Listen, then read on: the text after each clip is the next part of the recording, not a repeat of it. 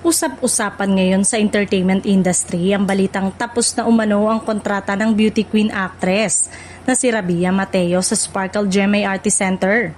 Matatanda ang mainit ang naging pagtanggap sa kanya nang formal siyang pumirma ng kontrata sa GMA Network noong November 2021. Kasunod ng kanyang matagumpay na paglahok sa Miss Universe Philippines 2020. Sa loob ng kanyang pananatili sa Kapuso Network, na nakagawa na si Rabia ng ilang proyekto sa telebisyon. Kabilang dito ang pagganap niya sa mga seryeng Agimat ng Agila Season 2, Royal Blood at Makiling.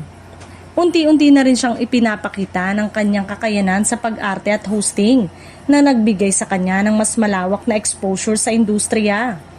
Bukod sa drama series, naging bahagi rin si Rabia ng long-running gag show sa Bubble Gang kung saan nasubok ang kanyang comedic timing. Naging co-host din siya ng early morning variety show ng TikTok Clock na nagbigay sa kanya ng pagkakataong makilala pa ng mas maraming manonood bilang host at performer. Sa kabila ng mga proyektong ito, nananatiling tahimik ang kampo ni Rabia at ng Sparkle GMA Artist Center tungkol sa balitang pagtatapos ng kanyang kontrata. Wala pang opisyal na pahayag kung magpapatuloy ba siya sa Kapuso Network o kung may bagong direksyong tatahakin sa kanyang karera sa showbiz.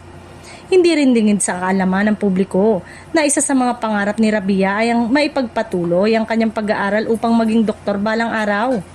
Ilang beses na rin niyang nabanggit sa mga panayam na mahalaga sa kanyang edukasyon at nais niyang maabot ang pangarap na yon kahit na busy sa mundo ng entertainment.